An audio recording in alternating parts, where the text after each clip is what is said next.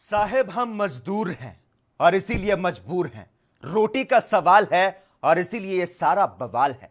काम ठप्प है और धंधा बंद है, लेकिन फिर भी पापी पेट मांग रहा अन्न है। पेट में ज्वाला बन धधक रही है भूख की आग। हमें तो है सिर्फ 2 वक्त की रोटी की दरकार। रहने दो घर घर राशन पहुंचाने का वादा। समझ चुके हैं हम तुम्हारा सियासी इरादा। उठ चुका है अब विश्वास, छलक चुका है सब्र का पैमाना और टूटने लगी है अपनों के बीच पहुंचने की आस। इसीलिए निकल पड़ा हूं छिपते छिपाते, अपने आप को बचते बचाते। अगर पहुंच गया तो ठीक, नहीं तो सुकून से मर जाऊंगा। वरना मरने के बाद मेरी आत्मा धिक्कारती पूछेगी ये सवाल और कहेगी, मजदूर होकर मेहनत से क्यों डर गया? सियासतदानों बातों में आखिर क्यों पड़ गया? जहां था वहीं भूख से तड़प तड़प कर आखिर क्यों मर गया? घर वापस जा रहे ये उन मजदूरों की दास्तां है जो बिना कुछ खाए पिए सफर कर रहे हैं। घर लौटने के लिए हर तरह के जतन कर रहे हैं। नमस्कार, मैं हूं आपके साथ लोकेश लकी जगबानी और मैं हूं आपके साथ पल्लवी राजपूत। घर वापसी की मांग को लेकर मजदूरों के धैर्य का बांध टूटता जा रहा है। देश के अलग अलग हिस्सों में घर वापसी के लिए प्रवासी मजदूरों के पटरियों और सड़क पर उतरने की खबरें आ रही हैं। ऐसे में आज हम आपको उन प्रवासी मजदूरों की दर्द भरी दास्तां को सुनाएंगे जो आए तो थे कमाने, लेकिन अब ना जाने कब पहुंचेंगे घर। ये हैं बेहाल, बेबस, बेघर प्रवासी मजदूर।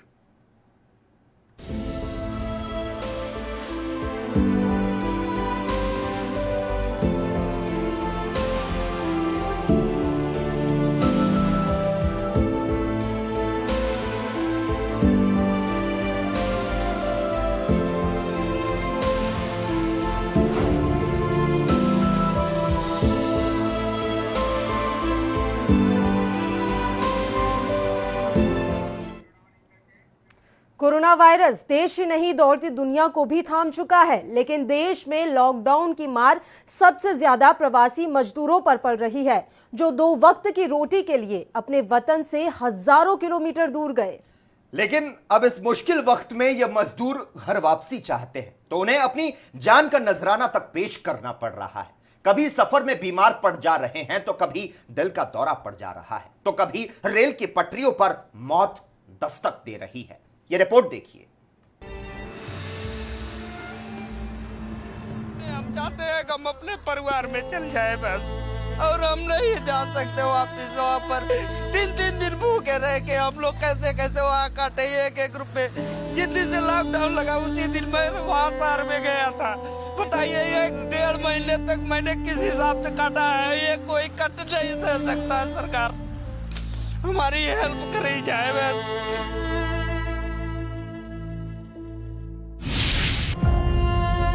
छिन गया मजदूरों का चैन और सुकून।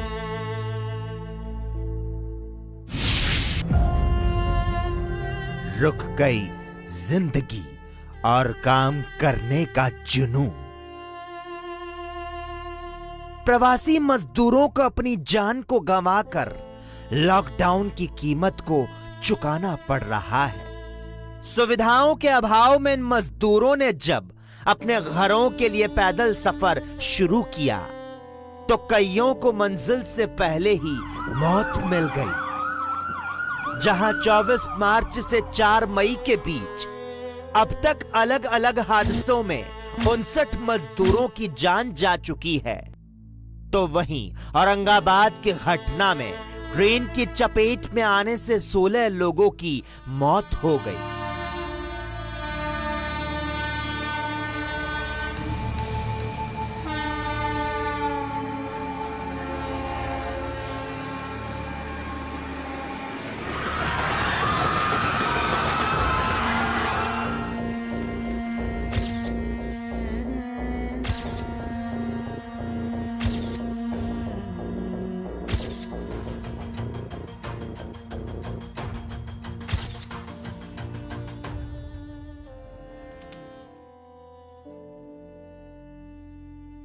ये लोग रेल पटरी के सहारे जा रहे थे। 40 किलोमीटर पैदल चलने के बाद थकान के कारण ये पटरी पर बैठ गए और वहीं सो गए। इन्हें लगा कि अभी ट्रेनें बंद हैं, लेकिन एक मालगाड़ी ने इन मजदूरों को अपनी चपेट में ले लिया।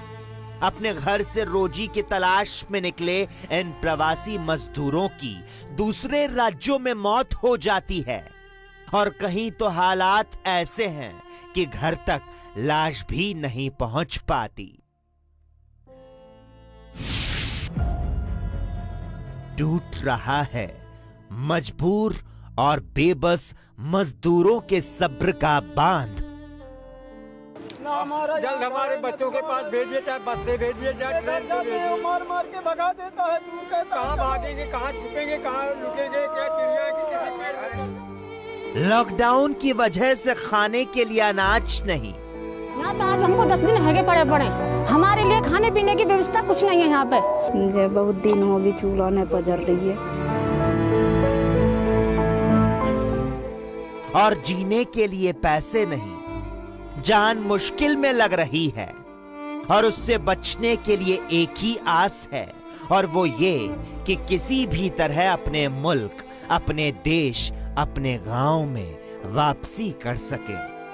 जब तक था हमारे पे तो खा लिया, अब है नहीं, कुछ नहीं। भूखमरी आ गया सर, खाने कुछ नहीं मिला, हम लोग बहुत परेशान हैं। इस उम्मीद और आसरे ने इन प्रवासी मजदूरों को वो हौसला दिया कि ये घर लौटने के लिए पैदल ही निकल पड़े। पैदल ही चलेंगे, जब तक मतलब जान रहेगी तब तक चलते रहेंगे। जहाँ जो होगा वहाँ देखा जाएगा, आगे का हमें कुछ पता नहीं। लॉकडाउन में फंसे मजदूरों की बेबस दास्तां।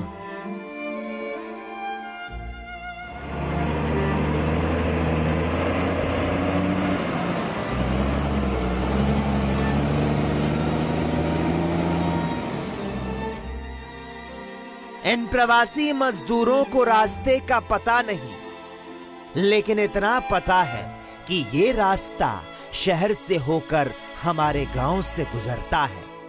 हालांकि इस बीच देश में लॉकडाउन की वजह से फंसे मजदूरों को उनके घर भेजने का सिलसिला जारी है।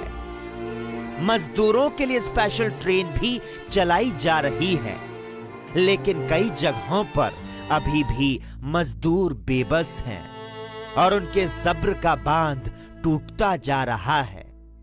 700 किलोमीटर चल के आए हैं, 700 किलोमीटर चलने का है सर। रास्ते में साइकिल पंचर हो जाती है, उसको भी प्रॉब्लम होती है, खाने पीने की प्रॉब्लम होती है, सबका प्रॉब्लम होती है सर। हम नागपुर से चल रहे पैदल, हमको गए थे गमाने, वहाँ पर अब जब तक ठेकेदार के पास रहा तो खवाया, और अब नहीं है तो अब वो भी कहाँ से लदेगा, उसकी भी मजबूरी है। कहीं मजबूरी में मजदूर अफवाहों पर ध्यान देकर सड़क पर उतर आ रहे हैं। स्टेशन बोलते हैं, स्टेशन जाइए, स्टेशन मालिक ने वहाँ से भगा दिया, मार मार के कहते हैं जहाँ रहे हो वहीं जाओ, बताइए हमारा वहाँ घर है लुधियाना में, घर तो हमारा चित्रकूट है। तो कहीं क्वारंटीन सेंटर का ताला तोड़कर मजदूर भाग जा रहे हैं। हालात ऐसे हैं कि अलग अलग जगहों से मजदूरों की बेबसी की कहानी सामने आ रही है, क्योंकि ना तो इनके पास काम है और ना ही उन्हें खाने को मिल रहा है। मेरे पापा बाजार जाते हैं तो पापा को मार दिया पुलिस। अच्छा। मैं भूखा हूँ 4 दिन से। सुबह एक आंटी आई हमें खाने देने को, तो पुलिस वालों ने उन्हें भी मार के भगा दिया। तो सबको मारा, हमारे पापा चाचा सबको मारा। ये लोग मार रहे हैं, डंटा डंटा उन लोगों को दौड़ा दौड़ा के पुलिस, हरियाणा पुलिस। और हम कुछ नहीं चाहते हैं, हम लोग अपना घर जाना चाहते हैं। हम लोग का माँ बाप रो रहे हैं इस साइड से। और जो मिल रहा है वो भी खाने लायक नहीं मिल रहा है। काम बंद हो गया। हम लोग 20-25 आदमी यहाँ गदेला बच्चा लेकर पैदल जा रहे हो, भूखल प्यासल मर रहे हो। रास्ता में नल को पानी मिलता है तो अभी का रेंग रहे का खाना पीना की व्यवस्था नहीं हो गैला में। भूख प्यास से बेहाल पैदल ही घर की तरफ चल पड़े हैं मजदूर। रास्ते पे पुलिस वाले बहुत मारते हैं फायदे से आ रहा था, ट्रक वाला कोई बिठा नहीं रहा था। जो भी हमारे साथ वो हो जाएगा ऊपर वाला जाने का, ठीक है, जो भी होगा पर गाँव को चले जाना। डर तो लगता है, क्या करें, फिर बच्चों को कर लेते हैं, जैसे देखते हैं आगे से। लॉकडाउन में लंबे वक्त से फंसे हुए प्रवासी मजदूरों को अब घर जाना नसीब हुआ है। धीरे धीरे अलग अलग राज्यों से मजदूर घर जाना शुरू हो चुके हैं, लेकिन इस बीच कई जगह लगातार देरी होने की वजह से मजदूरों के सब्र का बांध टूटता जा रहा है। वो बेबस हैं और भला करें भी तो क्या करें। तो मरना जीना एक बराबर कर लिया, फिर क्या करें और क्या करें। सवारी नहीं कोई मिल रही, कुछ नहीं। खाएगा क्या, बचेगा कैसा हम लोग? ऐसा मुसीबत क्यों छोड़ा है? खाने के लिए एक दाना नहीं, हम कहाँ से खाएं? भूखे मरने से बीमारी से मरना अच्छा है। कोरोना बीमारी से पहले मर जाऊंगी भूखे। न्यूज डेस्क से लकी जगवानी की रिपोर्ट, ANB न्यूज। ਇਹ ਭੁੱਖ ਵੀ ਕੈਸੀ ਚੀਜ਼ ਰੱਬਾ ਬੰਦੇ ਨੂੰ ਪੜਨੇ ਪਾ ਦਿੰਦੀ। को खाने को पैसे भी सब कुछ नहीं है, उसका वजह से हम चल के जा रहे हैं। हमारे पास पैसा कुछ नहीं है।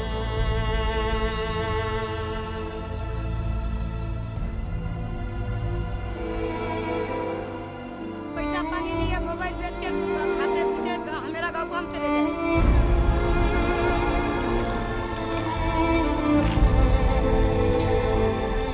घर भट्टे बंद हो गया, तो भट्टे मालिक खाने का नहीं दे रहा था, इसलिए हम चल दिए।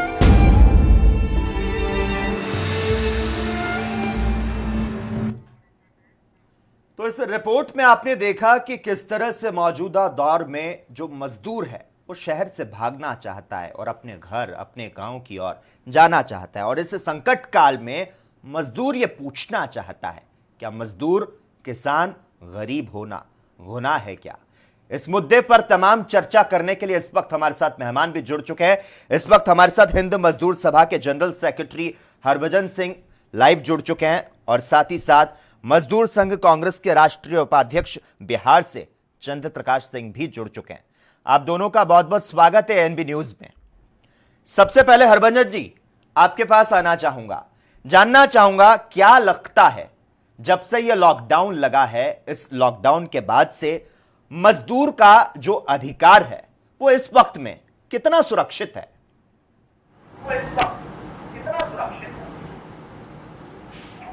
देखिए, ये कोई फोकस नहीं थी कि देश में नहीं तो फोकस करना चाहते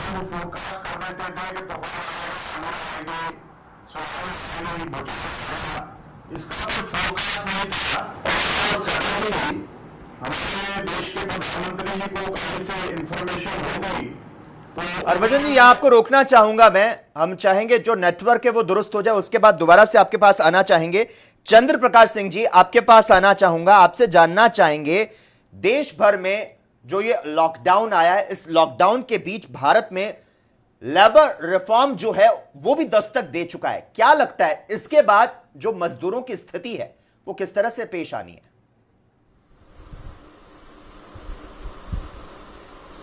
देखिए, मैं आपको धन्यवाद देता हूं। अगर मेरी आवाज ठीक जा रही हो, चुकी बिल्कुल चंद्र प्रकाश जी, आपकी आवाज, भाई हरभजन सिंह जी का आवाज ठीक नहीं आ रहा था।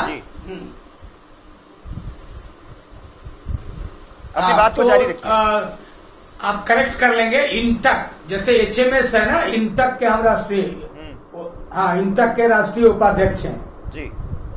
अब मैं आपको कहना चाहता हूं, देखिए, पहले तो माइग्रेंट लेबर की बात हम कर रहे हैं और आपने जो अभी रिपोर्ट दिखाई है जी, उसको देखने से, सुनने से रोंगटे खड़े हो जाते हैं। जी। उनके दर्द भरी दास्तां को अगर सुनते हैं तो रोंगटे खड़ी हो जाती हैं और लगता है कि साहब ये शासन के खिलाफ, ये सरकार के खिलाफ बगावत करने की जैसी स्थिति पूरे देश में खड़ी हो रही है। जी। अब मजदूरों का जो अब प्रवासी मजदूर 4 करोड़ से भी ऊपर है, सरकार का ही जो सर्वे है, रिपोर्ट है, उसके हिसाब से अगर आप उनके फैमिली वगैरह को ले लें तो ये 20-25 करोड़ लोगों का जिंदगी का भरण पोषण इससे होता है पूरे देश में। और आज लॉकडाउन के पहले जो उनकी स्थिति थी, वो सामान्य तरीके से अपना काम करते थे। कहीं मिनिमम वेजेज नहीं मिल रहा है, कहीं उनको उनका जो अधिकार है, हक है, वो नहीं मिल रहा, फिर भी अपने परिवार के भरण पोषण के लिए, जीवन के लिए वो काम कर रहे थे। जी। अब ये लॉकडाउन जब हुआ और आज ये सरकार, केंद्र की सरकार ने जो ट्रेन चलाने के लिए या और तरीके से प्रवासी मजदूरों को विभिन्न राज्यों में जाने का जो एक मौका दिया या पहल किया है, मैं पूछना चाहता हूं कि लॉकडाउन के पहले कोई विचार विमर्श क्यों नहीं हुआ कि इस 130 करोड़ के आबादी। चंद्र प्रकाश जी, इस बीच एक बड़ा सवाल ये भी उठता है, तकरीबन अगर हम अप्रवासी मजदूरों की बात करें तो 40 करोड़ की यह संख्या होती है।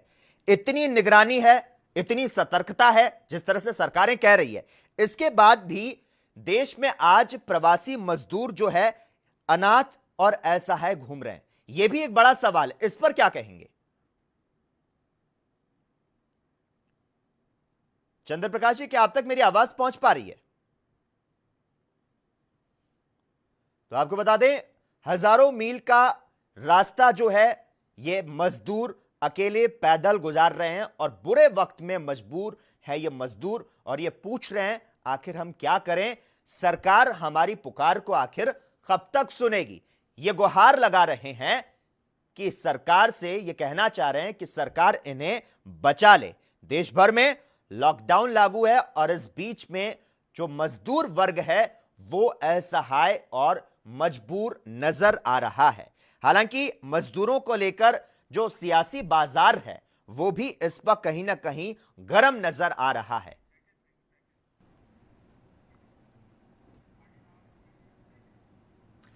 बहरहाल, भारत में लॉकडाउन शुरू होने के हफ्तों बाद प्रवासी मजदूर घर वापस लौटने लगे हैं और उनके इन दिनों में जो अनुभव रहे हैं उनकी वजह से शायद ही वे जल्द काम पर लौटना चाहें, और तो और उनके अपने प्रदेशों में अपने भविष्य की कोई योजना नहीं है। वहीं कोरोना संकट के बीच आने वाले दिनों के लिए श्रम शक्ति में सुधार से जुड़े कुछ सवाल उठने भी शुरू हो गए हैं। चलिए एक नजर डालते हैं श्रम शक्ति की मुश्किलें और राज्यवार उससे जुड़ी पेचीदगियों पर। देखिए एक रिपोर्ट। श्रम शक्ति की मुश्किलें और राज्यवार उससे जुड़ी पेचीदगियां। मजदूरों का पलायन रोकने में क्यों नाकाम है देश। लॉकडाउन के बाद हर रोज कितने मजदूर कर रहे पलायन। क्या मजदूरों को क्वारंटीन करने और उनकी खाने पीने की सुविधाएं हैं? दूसरे प्रदेशों में कितने मजदूरों की हुई मौत। दूसरे प्रदेशों में मजदूरों की मौत पर उनके परिवार को किस तरह दी जाती है मदद। मजदूरों का एक दर्द ये भी, घर आ तो गए, अब खाएंगे कैसे। घर जाकर क्या करेंगे प्रवासी मजदूर, वहां कोई बैठाकर तो नहीं खिला देगा। जो काम किया है उसका पैसा तो मिल नहीं रहा, कैसे पेट भरेगा प्रवासी मजदूर। सरकार के पास मजदूरों के लिए, भविष्य के लिए कोई योजना क्यों नहीं? अभी लाखों मजदूर आने हैं बाकी, क्या इंतजाम है नाकाफी? जेब में नहीं 1 रुपया, भुखमरी की आ गई नौबत। पैरों में पड़ गए छाले, पानी पीकर मिटा रहे भूख। ये कहीं प्राइवेट नौकरी नहीं करते, ये रोज कमाते हैं और रोज खाते हैं। 2 महीने बाद खाली हाथ किस भरोसे से जाएंगे गांव वापस?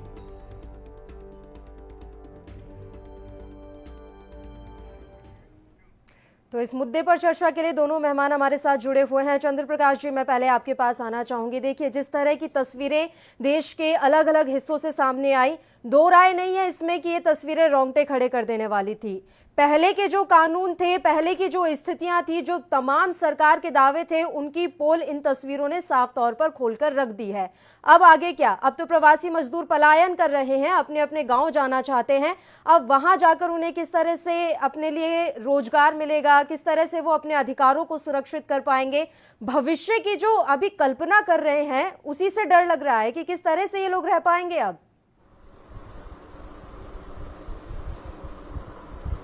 नहीं, आप हमसे बात कर रही हैं ना जी? देखिए, अभी आप पहले देखिए, इसको जरा बात को समझना पड़ेगा कि जो प्रवासी मजदूर हैं, उनकी पहले से भी स्थिति कितनी खराब है जी। और अब लॉकडाउन के बाद इतना मुसीबत झेलने के बाद अपने प्रदेश में लौट रहे हैं। अब जिस प्रदेश में आ रहे हैं, वहां तो पहले से रोजगार है नहीं, रोजगार नहीं रहने के चलते ये पलायन करके दूसरे राज्य में गए और अब पुनः अपने राज्य में लौट रहे हैं। तो एक तो ये स्थिति है कि रोजगार का सृजन, राज्य सरकार जहां ये जिस राज्य में जाएंगे वहां नए रोजगारों का सृजन होगा कि नहीं होगा, और अगर होना है तो उसके लिए राज्य सरकार ने कोई कार्य योजना बनाई है कि नहीं बनाई है, उस पर कोई विचार हो रहा है कि नहीं हो रहा है। ऐसा तो नहीं कि लॉकडाउन, जैसे मोदी जी ने एक दिन बोला लॉकडाउन हो गया, और ये विचार नहीं हुआ कि 130 करोड़ के इस देश में 50 करोड़ असंगठित क्षेत्र के मजदूर हैं और उसमें काफी संख्या में लोग प्रवासी मजदूर भी हैं, उनके रोजी रोटी का क्या होगा? वो अब आज ट्रेनें खुल रही हैं, ये व्यवस्था लॉकडाउन प्रारंभ होने के पहले उनको मौका मिलना चाहिए था। ये देश के वो मजदूर हैं जो देश को ताकत देते हैं, देश को उत्पादन देते हैं। बिल्कुल, देश को बनाने वाला मजदूर, किसान, कामगार जो है आज भी कहीं ना कहीं 20वीं शताब्दी जैसा जीवन जीने को मजबूर हो रहा है। धन्यवाद चंद्र प्रकाश जी, तमाम मुद्दे पर चर्चा करने के लिए। इस वक्त हरभजन सिंह भी हमारे साथ जुड़ चुके हैं। हरभजन जी, आपके पास आना चाहूंगा, जानना चाहूंगा, कुछ ऐसे राज्य हैं जिन्होंने 3 साल तक के लिए उद्योग की अगर बात करें तो उनको श्रम कानूनों में छूट दी है। इससे कहीं ना कहीं जो कारोबारी है, जो इंडस्ट्री को चलाते हैं, वो तो खुश नजर आ रहे हैं। आपसे जानना चाहेंगे इसके बाद क्या मजदूरों का शोषण होगा और किस लेवल तक जा सकता है?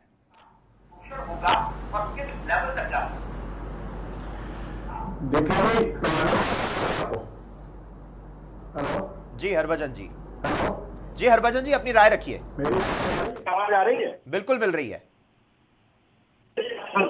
धन्यवाद करूंगा कि आपने ये कॉन्फ्रेंस का आयोजन किया और बहुत ही इम्पोर्टेंट इशू को डिस्कस कर रहे हैं। प्रकोप हुआ है, प्रकोप नहीं था पहले से, कोई उसकी भविष्यवाणी नहीं की, जैसे कि इशूज में सुनामी आनी है, भूचाल आना है, तूफान आना है, उनका सब पहले देश की जनता को फोरकास्ट हो जाता था।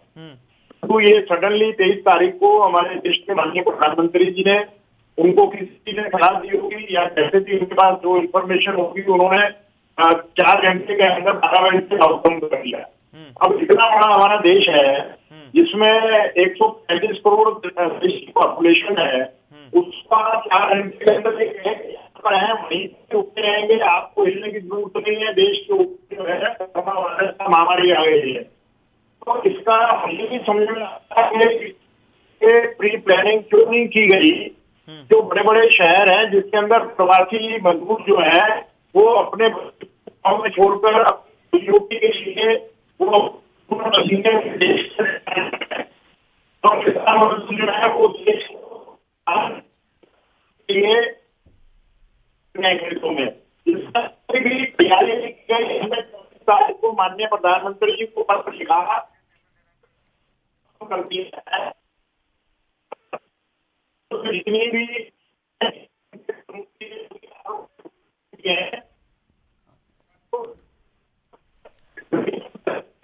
हरभजन जी, आपकी दरअसल आवाज हम तक साफ तरीके से नहीं पहुंच पा रही है, इसलिए मैं आपको यहां पर रोक रही हूं। आपका बहुत बहुत शुक्रिया, आप हमारे साथ जुड़े। तो वहीं कुछ राज्यों ने अपने यहाँ श्रम कानूनों में ढील भी दी है और उसका सीधा जो असर है, जो मकसद है, वो बताया गया है कि कोरोना के कारण आए आर्थिक संकट के दौर में इंडस्ट्री को बूस्ट चाहिए। लेकिन यहां यह सवाल उठता है कि मजदूरों के अधिकारों की कीमत पर इकोनॉमी सुधारने की बात कितनी सही या कितनी गलत है। एक रिपोर्ट देखिए। श्रम कानून में बदलाव से इंडस्ट्री को क्या होगा फायदा? कोरोना काल में कम लेबर रखकर काम कराया जा सकेगा। सोशल डिस्टेंसिंग भी मेंटेन रह सकेगी। हम ऐसे वक्त में खड़े हैं जहां अधिकारों से ज्यादा पेट की भूख और अस्तित्व की लड़ाई है।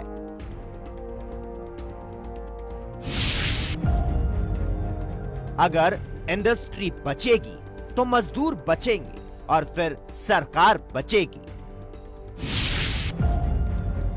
श्रम कानून में बदलाव से मजदूरों को क्या होगा नुकसान? मजदूरों के काम करने की परिस्थितियों पर निगरानी नहीं रहेगी। मजदूरों के स्वास्थ्य वगैरह पर कोई निगरानी नहीं रहेगी। इकोनॉमी को वापस पटरी पर लाने की कीमत गरीब चुकाएंगे। मालिकों के पास हायर एंड फायर करने की खुली छूट होगी। ठेकेदारों के ऊपर से नियम खत्म हो जाएंगे। कॉर्पोरेट्स का राज बनेगा और मजदूर वर्ग की स्थिति और खराब होगी।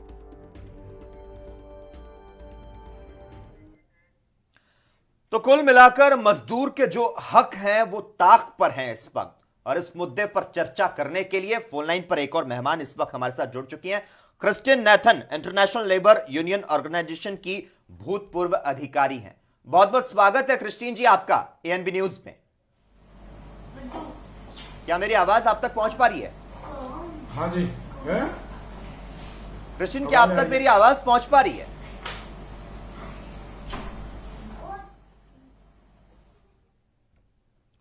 तो आपको बता दें, जो मजदूर है इस वक्त बेबस है, मजबूर है, लाचार है और पैदल ही हजारों मील का रास्ता तय कर रहे हैं। तो बुरे वक्त में मजदूर भला इस वक्त करें भी तो क्या करें, यह एक बड़ा सवाल है। और इन मजदूरों का यह भी सवाल है कि आखिर सरकार इनकी पुकार कब सुनेगी। ये गुहार लगा रहे हैं सरकार से कि बचा लो सरकार। और इस वक्त क्रिस्टिन नेथन फोन लाइन पर हमारे साथ मौजूद हैं। क्रिस्टिन, बहुत बहुत स्वागत है आपका एएनबी न्यूज में। हाँ जी। आप तक मेरी आवाज पहुंच पा रही है? हेलो, क्या आप तक मेरी आवाज पहुंच पा रही है क्रिस्टिन? हाँ जी, आ रहा है, बट बहुत हल्का है। जी, बहुत बहुत स्वागत है आपका एएनबी न्यूज में। Thank you. आपसे जानना चाहेंगे, जिस तरह से हमने हमारे दर्शकों को एक रिपोर्ट दिखाई है, किस तरह से मजदूर मजबूर है। हम आपसे यह जानना चाहेंगे, अगर हम इंटरनेशनल सिनेरियो की बात करें, उस हालात में इस लॉकडाउन के बाद हमारे मजदूरों की जो स्थिति है वो क्या है और किस पड़ाव पर है? देखिए, इट इज लाइक दिस के कोविड के पहले उनका कंडीशन बहुत ही खराब था जी। कोविड के बाद इट इज बिकम वर्स। मजदूर is not so much afraid of the Covid, but वो इस पर सरकार क्या एम्प्लॉय जी। तो आज हर बार मुझे मजदूर वापस चाहिए, बट वी अंडरस्टैंड कि उसको चीप लेबर चाहिए। मजदूर से मेरी एक छोटी सी रिक्वेस्ट है, जो हमारे दर्शक हैं एएनबी न्यूज के, वो ज्यादा हिंदी भाषी हैं, अगर आप हिंदी में या फिर मिक्स लैंग्वेज में अगर बात कर सकें तो बहुत अच्छा होगा। हाँ, ठीक, मैं कोशिश कर रही हूँ जी। कि उनको मजदूर चाहिए क्योंकि मजदूर is cheap labour, and today आज जो है मजदूर को बिल्कुल इंफॉर्मेशन नहीं है कि क्या होने वाला है उनके बारे में। तो लैक ऑफ इंफॉर्मेशन, इसीलिए इतना केओस है इंडिया में। अभी हम ये देख रहे हैं, जैसे मैं शुरू में कह रही थी कि कोविड के पहले भी उनका हालत बहुत ही खराब था, अभी कोविड के बाद और ही खराब हो रहा है। अभी इंटरनेशनल सिचुएशन अगर आप देखेंगे, कोई मुल्क आज है नहीं जो कोविड की वजह से लेबर लॉ को फ्रीज कर दिए।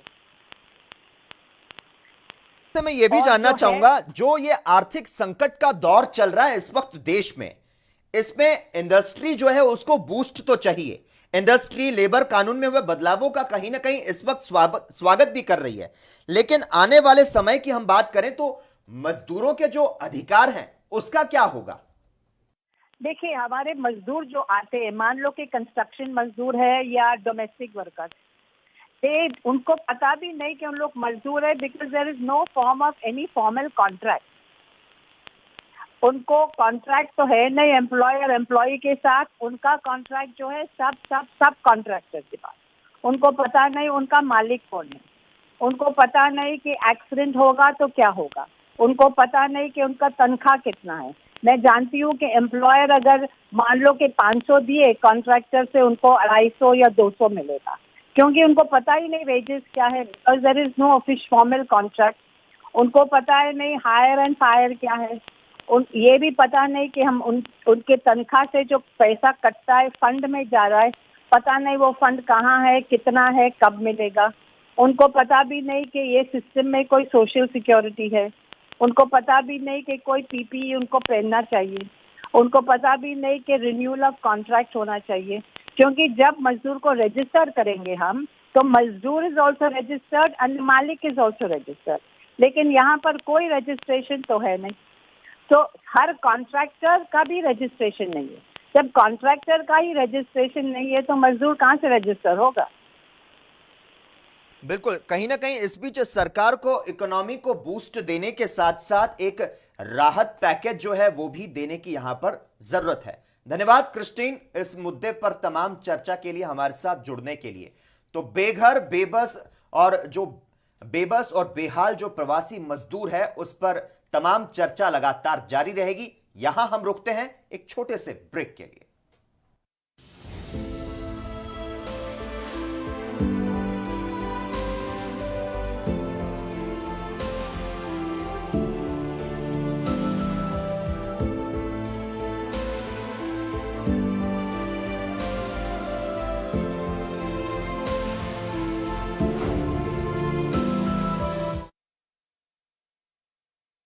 ਨੇ ਨਾ ਹਨੇਰੇ ਵਿੱਚ ਵੀ ਕਿਤੇ ਨਾ ਕਿਤੇ ਚਾਨਣ ਦੀ ਇੱਕ ਕਿਰਨ ਮੌਜੂਦ ਹੁੰਦੀ ਹੈ। ਇਸੇ ਤਰ੍ਹਾਂ ਕੁਝ ਉਹ ਲੋਕ ਵੀ ਹਨ ਜਿਨ੍ਹਾਂ ਨੇ ਆਪਣੀ ਹਿੰਮਤ ਬਹਾਦਰੀ ਨਾਲ ਕੋਵਿਡ-19 ਨੂੰ ਮਾਤ ਦਿੱਤੀ ਹੈ। ਮੇਰਾ ਨਾਮ ਕੁਲਵੰਤ ਨਰਮਲ, ਮੈਂ 81 ਸਾਲ ਦੀ, ਮੈਨੂੰ ਕੋਰੋਨਾ ਦੀ ਬਿਮਾਰੀ ਹੋਈ, ਮੈਂ ਠੀਕ ਹੋ ਕੇ ਆ ਗਈ। ਡਾਕਟਰਾਂ ਨੇ ਮੇਰੀ ਬੜੀ ਸੇਵਾ ਕੀਤੀ। ਬਾਕੀ ਡਰੋ ਨਾ, ਜੋ ਸਰਕਾਰ ਕਹਿੰਦੀ ਹੈ ਜਾਂ ਡਾਕਟਰ ਕਹਿੰਦੇ ਉਹਦੀ ਪਾਲਣਾ ਕਰੋ। ਮੈਂ 20 ਤਰੀਕ ਨੂੰ ਦੁਬਈ ਤੋਂ ਆਪਣੇ ਪਿੰਡ ਫਰਾਂਸ ਵਾਲੇ ਆਇਆ ਸੀ। ਉਸ ਤੋਂ ਬਾਅਦ ਮੈਂ ਆਪਣੇ ਪਿੰਡ ਦੀ ਆਸ਼ਾ ਵਰਕਰ ਨੂੰ ਸੂਚਿਤ ਕੀਤਾ ਤੇ ਮੇਰੇ ਘਰ ਸਿਹਤ ਵਿਭਾਗ ਦੀ ਟੀਮ ਆਈ। ਮੈਂ ਬਿਲਕੁਲ ਠੀਕ ਹਾਂ, ਇਸ ਕਰਕੇ ਮੈਂ ਸਿਹਤ ਵਿਭਾਗ ਦਾ ਬਹੁਤ ਧੰਨਵਾਦੀ ਹਾਂ ਜਿਨ੍ਹਾਂ ਨੇ ਮੈਨੂੰ ਬਾਰ-ਬਾਰ ਚੈੱਕ ਕੀਤਾ, ਮੇਰਾ ਧਿਆਨ ਰੱਖਿਆ।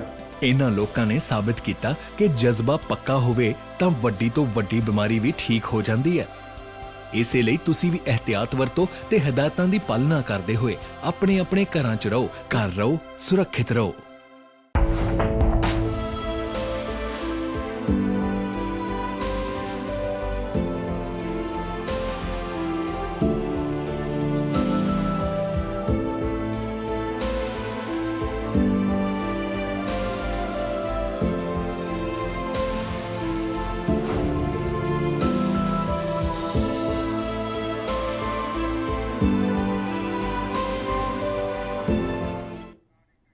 ब्रेक के बाद एक बार फिर से आप सभी का स्वागत है और आज हम बात कर रहे हैं बेहाल, बेबस और बेघर हो चुके प्रवासी मजदूरों के बारे में। कितनी परेशानियां इस समय प्रवासी मजदूरों को उठानी पड़ रही है, सरकार का क्या कुछ ध्यान है इन मजदूरों पर, तमाम चर्चा आज के इस खास बुलेटिन में हम कर रहे हैं। फिलहाल किरण पाल सिंह जी, मजदूर संघ के नेता, इस समय हमारे साथ लाइव जुड़े हुए हैं। किरण पाल सिंह जी, बहुत बहुत स्वागत है आपका एएनबी न्यूज पर। बहुत बहुत धन्यवाद मैडम। सर देखिए, प्रवासी मजदूरों को लेकर जो तमाम बहस है इस समय पूरे देश में छिड़ी हुई है और इस बीच मेरा पहला सवाल ही यही है कि इस बीच देश के 6 राज्यों ने श्रम कानून में भी बदलाव कर दिया है। अब कितनी मार इन प्रवासी मजदूरों पर और मजदूरों पर पड़ने वाली है? मैडम बहुत बहुत धन्यवाद आपके न्यूज को, और मैं आपको भी धन्यवाद देता हूं कि आप मजदूरों की बात सुनने के लिए आप आई। जी, मेरा मानना है कि ये जो मजदूर हैं, आज देखिए देश की हालत इतनी गंभीर है कि इस देश में मजदूर जो जा चुका अपने घर, वो अपने घर पहुंच गया, उसका रोजगार गया। जो यहाँ फंसा पड़ा है उसका रोजगार गया, वो अपने घर जाने के लिए परेशान है। दूसरा, आगे उस मजदूर का क्या होगा जिस मजदूर को अभी तक 4 महीने से कोई तनख्वाह नहीं मिली, मार्च तक की तनख्वाह किसी लोगों ने दी नहीं, अप्रैल की तनख्वाह दी नहीं। मजदूर बिल्कुल मरने की कगार पे अभी आएगा। अभी तक भुखमरी नहीं फैली। जो अभी तक राजनेता और नेता अभी तक ये जो खाना बांट रहे हैं और जो दिखावा कर रहे हैं, भुखमरी तो मैडम अब फैलेगी, जिससे और आगे रोजगार कम मिलेगा, किसी को भरोसा नहीं है। तो मैं आपके चैनल से ये कहना चाहूंगा सरकार से कि सरकार इस पर ध्यान दे कि वो आगे जो मजदूर रोज लाता था, रोज कमाता था, वो कहां से खाएगा अब? तो आपको क्या लगता है, पूंजी के सामने सरकार ने कहीं ना कहीं क्या घुटने टेक दिए हैं और आने वाले वक्त में जो लेबर है, जो मजदूर है, क्या वो सुरक्षित नहीं है? बिल्कुल सुरक्षित नहीं है सर जी, मैं बताऊंगा आपको। देखिए बिल्कुल सुरक्षित नहीं है। और जो लेबर डर के भागी है, जिन लेबर ने 2-2 महीने यहाँ तबाही झेली है, वो लेबर पैदल चलने को 600 किलोमीटर तैयार है, पर दोबारा इंडस्ट्री एरिया में आने के लिए राजी नहीं होगी। दूसरा, वो भुखमरी, मेरा आप सब लोगों से फिर है, मैं आपको फिर बता रहा हूं भविष्यवाणी, भुखमरी अब फैलेगी, अभी तक नहीं फैली। क्योंकि जो रोजगार करके खा रहे थे लोग, और गांव की सबसे बड़ी बात सुन लीजिए, गांव में चोरी डकैतियां अब बढ़ेंगी, झगड़े अब बढ़ेंगे। क्योंकि जिस परिवार में 10 लोग थे, उनमें से 8 लोग नौकरी करते थे, मजदूरी करते थे, 2 लोग गांव में रहते थे। तमाम बातें अर्थव्यवस्था, इकोनॉमी की हम जानते हैं। आपसे ये जानना चाहते हैं, क्योंकि आप मजदूर संघ के नेता हैं, आपसे ये जानना चाहेंगे, ये प्रैक्टिकल, ये थ्योरी समझना चाहेंगे, मजदूरों का जो आगे का जीवन है वो आखिर कैसे चलेगा, आपसे समझना चाहते हैं।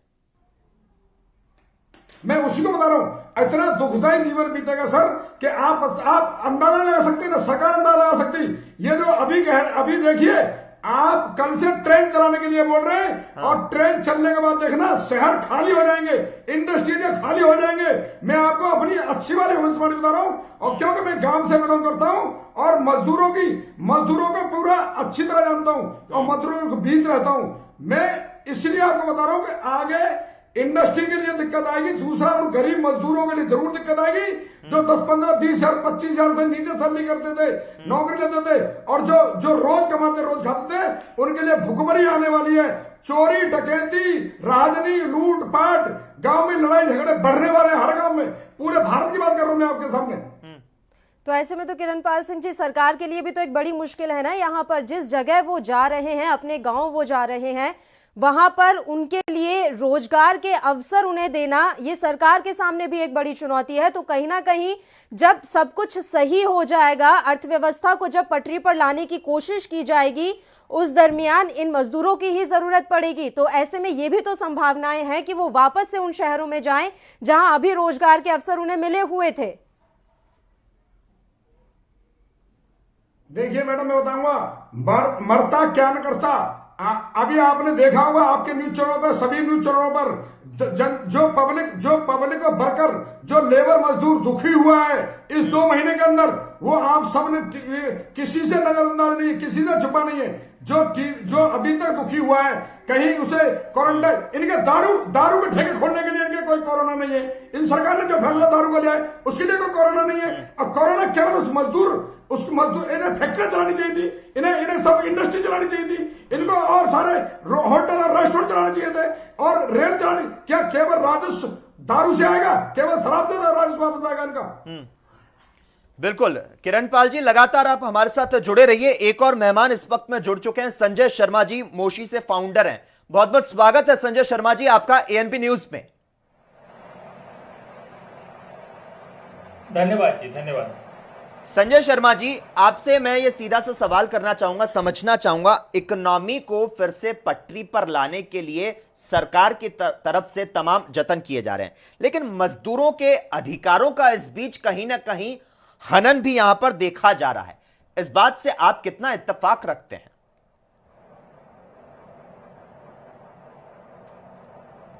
जी, अब हमें समझना जरूरी होगा कि जो सरकार ने कानून में बदलाव किए हैं जी, या जो माइग्रेंट लेबर के अधिकारों का हनन हुआ, उसके पीछे एक पृष्ठभूमि है। कुछ लोग, जो बिजनेस क्लास है, वो ये मानती है कि भारत के जो लेबर लॉज हैं उनकी वजह से इन्वेस्टमेंट कम होता है जी। लेकिन मैं आपको बहुत चौंकाने वाली बात बताऊंगा कि ऐसी दुनिया भर में कोई स्टडी नहीं है जो ये बताती हो कि अगर लेबर के अधिकारों को सीमित कर दिया जाए तो उससे उत्पादकता बढ़ती है। जी।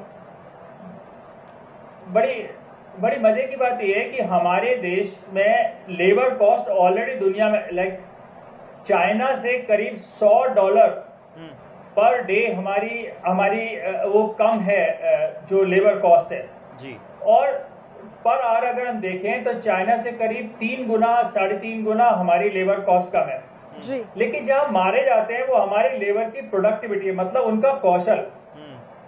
अब आप मानिए कि कौशल कैसे होगा? कौशल तभी होगा जब आपने उनकी ट्रेनिंग पे खर्च किया होगा और उनको आप सही सुविधाएं देंगे। अब आप देखिए कि जब ये माइग्रेंट लेबर जब सारे देश भर से पैदल अपने घरों को जाने की कोशिश कर रही थी, अब इंडस्ट्री कोशिश कर रही है कि उन्हें वापस बुला सके जी।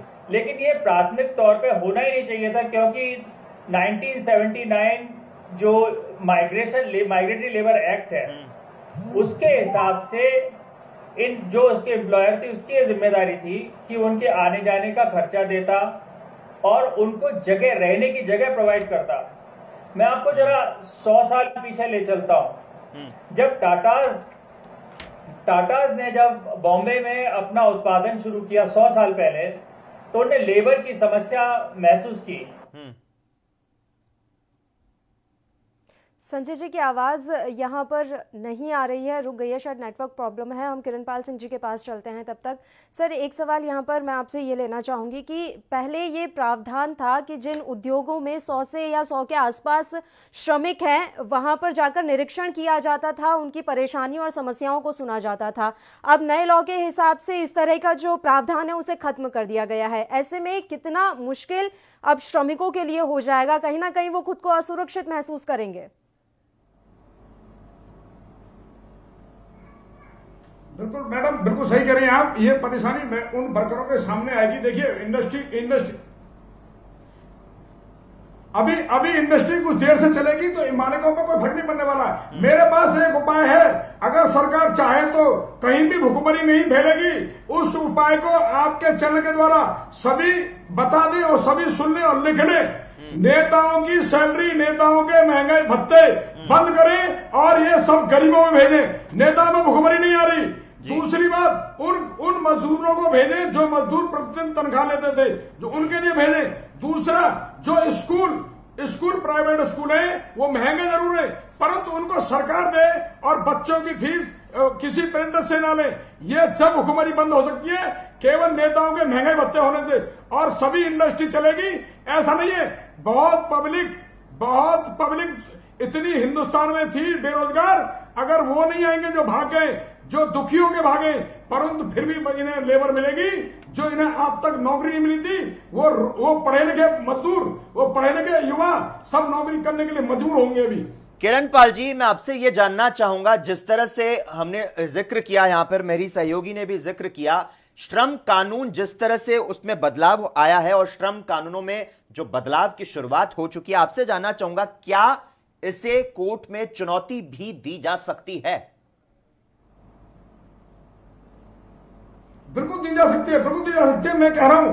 और दूसरा ये भी बता रहा हूं, अगर कोर्ट के जो फैसले आते हैं, ऐसे वक्त आते हैं जो वो महीनों 2-4 महीने में वो लागू होंगे, तो वो फैसले जब तक पब्लिक तक पहुंचेंगे, मजदूर तक पहुंचेंगे।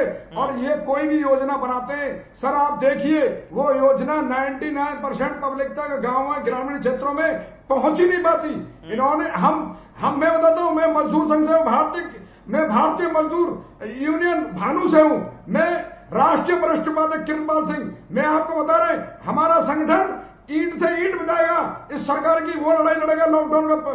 हम लॉकडाउन का इंतजार कर रहे हैं, लॉकडाउन कब खुलेगा, और हम घर से मजदूरों को इन्हें रोड में बिठाएंगे और सरकारी दफ्तरों में बिठाएंगे। ये हमारा चैलेंज है। ठीक है सर, बहुत बहुत शुक्रिया तमाम चर्चा के लिए आप हमारे साथ जुड़े। तो प्रवासी मजदूरों को लेकर आज हमारे इस खास कार्यक्रम में हम बात कर रहे हैं। वाकई में जिस तरह की तस्वीरें देश के अलग अलग हिस्सों से सामने आई, वो रोंगटे खड़े कर देने वाली थी। इन मजदूरों के पास अब घर नहीं है, काम नहीं है, धंधा नहीं है, रोजगार नहीं है, और ऐसे में ये अपने गाँव, अपने परिवार के पास लौटने को मजबूर हो रहे हैं। यहाँ बड़ी बात यह है कि ये अपने घर जाना चाहते हैं, लेकिन वहां तक पहुंचने के लिए भी इनके पास साधन नहीं है। सरकार ने भले ही ट्रेन चला दी हो, लेकिन उन ट्रेन की टिकट्स इन तक नहीं पहुंच पा रही हैं, और अगर ये रेलवे स्टेशन पर जाते भी हैं तो उन्हें वहां से मारकर पिटाई करके भगा दिया जाता है, जिसके बाद अब ये मजबूर हैं या तो पैदल चलने के लिए या फिर साइकिल पर जाने को। और दर्दनाक बात यह है कि ये अपने घर तक पहुंच भी नहीं पाते, और कई मजदूर ऐसे हैं जो रास्ते में ही दम तोड़ देते हैं।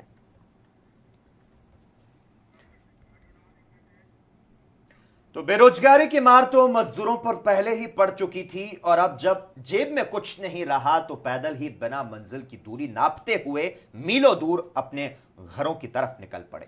वहीं एक रिपोर्ट के मुताबिक लॉकडाउन के दौरान कई ऐसे लोग थे जो निकले तो घर के लिए थे, लेकिन रास्ते में या तो उनका एक्सीडेंट हो गया या थकान की वजह से वे काल के गाल में समा गए।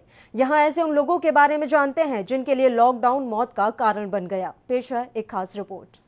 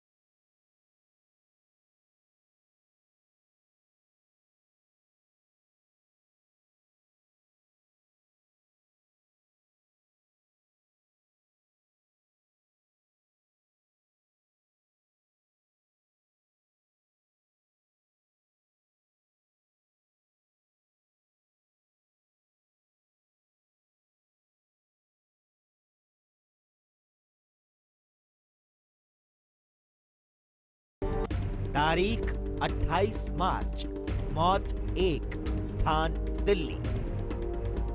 दिल्ली से मध्य प्रदेश के लिए निकले व्यक्ति ने रास्ते में ही दम तोड़ दिया। तारीख 28 मार्च, मौत 1, स्थान सूरत, गुजरात। अस्पताल में इलाज के लिए आए 62 वर्षीय व्यक्ति पैदल घर जा रहे थे, रास्ते में मौत हुई। और इस मसले पर चर्चा के लिए पीयूष पंत, वरिष्ठ पत्रकार, इस समय हमारे साथ लाइव जुड़े हुए हैं। पीयूष पंत जी, आपका बहुत बहुत स्वागत है एएनबी न्यूज में। शुक्रिया। सर, मेरा आपसे एक सीधा सा सवाल है और मैं आपसे ये जानना भी चाहती हूँ कि क्या वाकई में हमारे देश के लेबर लॉ की वजह से श्रमिकों की उत्पादकता को नुकसान होता है, और अगर ऐसा नहीं है तो किस बेहाफ पर देश के कुछ राज्यों ने लेबर लॉ को चेंज किया? नहीं, देखिए, उत्पादकता तो मैं नहीं कहूंगा उस तरह से प्रभावित होता है, लेकिन कम से कम जो उनका उचित मूल्य है, जो उनके श्रम का उचित मूल्य है, वो उन्हें नहीं मिलता है। और उत्पादकता इस मामले में प्रभावित होती है कि उनको वो माहौल नहीं मिलता है, उनको लगातार लगता है कि उनका जो श्रम नहीं मिलता, उतना मूल्य, उनको उतना पैसा नहीं मिलता है, जिसको लेके उनमें एक असंतोष पैदा होता है। दूसरा, उनको देखभाल के लिए वो जो कंडीशन होनी चाहिए वो नहीं पूरी होती है, तो ऐसे में उनकी जो एफिशिएंसी है कोई भी प्रोडक्शन करने की तरफ, वो कहीं न कहीं प्रभावित होती है। तो पीयूष जी, आपको नहीं लगता कि कहीं ना कहीं सरकार को रोजगार जो स्कीम है उस और भी अब ध्यान देना चाहिए इस कानून के बदलने के बाद? की है, चाहे उत्तर प्रदेश, खासकर उत्तर प्रदेश की सरकार ने जो है लगातार जिस तरह से सारे कुछ जो है विड्रॉ कर लिया है, ये निश्चित रूप से जो है वो श्रमिकों के जो उत्पादकता को है उसको प्रभावित करेगा, क्योंकि उनके ऊपर एक ये तलवार लटकी होगी कि उनका शोषण हो रहा है, उनकी मेहनत का उनको उचित मूल्य नहीं मिल रहा है।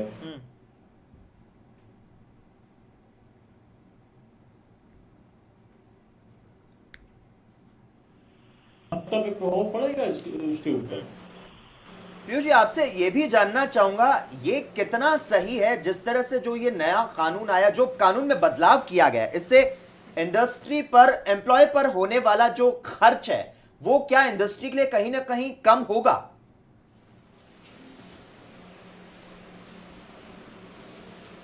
हाँ, देखिए, निश्चित रूप से देखिए, वही इंडस्ट्री क्या मतलब वो जो मकान जो मालिक है, जो उस इंडस्ट्री का मालिक है, उसका मुनाफा जो है बना रहे, उसकी लागत कम आए, जो श्रमिक के मोल को कम करके उसकी लागत कम आए, इसीलिए वो फायदा होगा उसको, निश्चित रूप से उसको फायदा होगा। लेकिन उससे क्या होगा कि इसीलिए ये किया गया है ताकि जो है कि जितने भी जो फैक्ट्री के मालिक हैं वो सामने आए, वो अपना काम शुरू करें, उनको ये दिक्कत ना हो कि जो है कि श्रमिकों की वजह से कोई दिक्कत ना आए। लेकिन वहीं पे श्रमिक जो बहुत एक जो चूल है, किसी भी कारखाने की चूल होता है श्रमिक, उसके अगर इंटरेस्ट को आप नहीं गार्ड करेंगे, उसके इंटरेस्ट के खिलाफ काम अगर करेंगे आप, तो आप कितने देर तक आप उत्पादकता ले सकते हैं उस मजदूर से?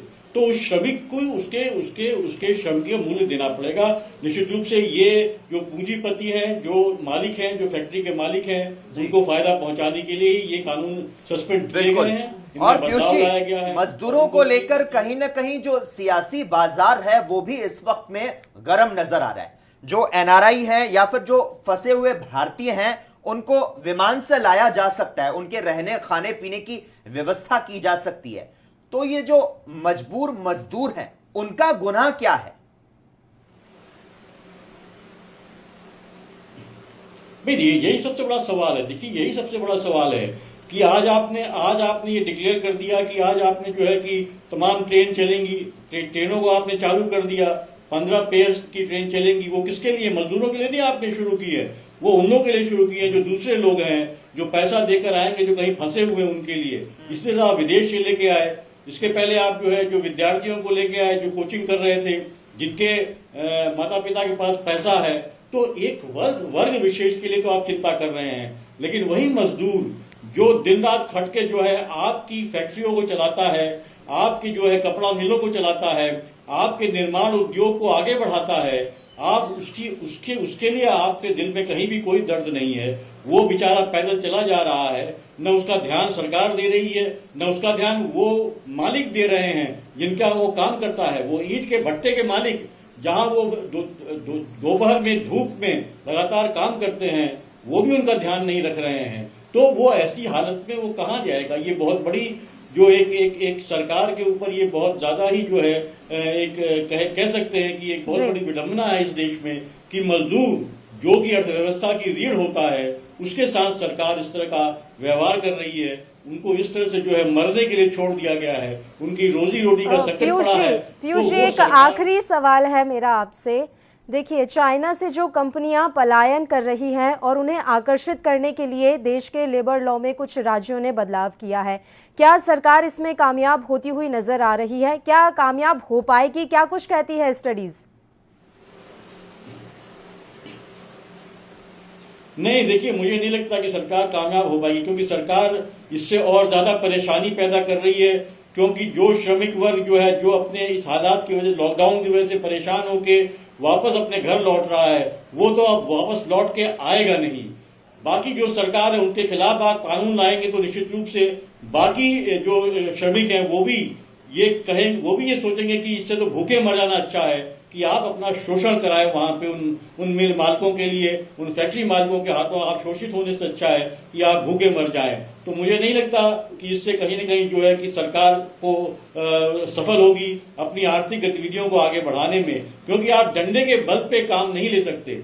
डंडे के बल पे आप काम नहीं ले सकते। आप उसके श्रम का दाम दीजिए, उसको अच्छी कंडीशन दीजिए, क्योंकि ये वही है जो आपकी आर्थिक गतिविधियों को, आपके आर्थिक चक्के को फिर से चलाएगा। तो उसके लिए आपको उस सम्मान के साथ उसको आपको लेके आना होगा, उसको अच्छा मूल देना होगा, उसके लिए अच्छे हालात पैदा करने होंगे, उसके रहने की व्यवस्था करनी पड़ेगी, तब जाके वो आपकी मशीनों के पहियों को आगे बढ़ाएगा, आपकी मिलों को आगे बढ़ाएगा। बिल्कुल, सरकार को कई सुविधाएं देनी होंगी, उसके बाद ही जो अर्थव्यवस्था है वो पटरी पर आ पाएगी और इन श्रमिकों को कुछ सुविधाएं मिल पाएंगी। आपका बहुत बहुत शुक्रिया पीयूष जी, तमाम चर्चा के लिए आप हमारे साथ जुड़े।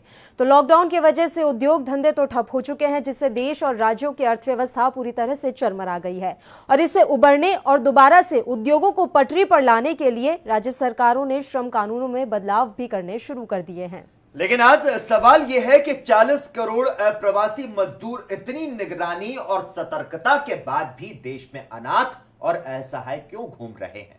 क्या मजदूर का पेट लोकतंत्र के 70 साल के बाद भी मजबूरी की पट्टी बांधकर काम चलाएगा? आखिर क्यों देश को बनाने वाला मजदूर, किसान, कामगार आज भी 20वीं शताब्दी जैसा जीवन जी रहा है?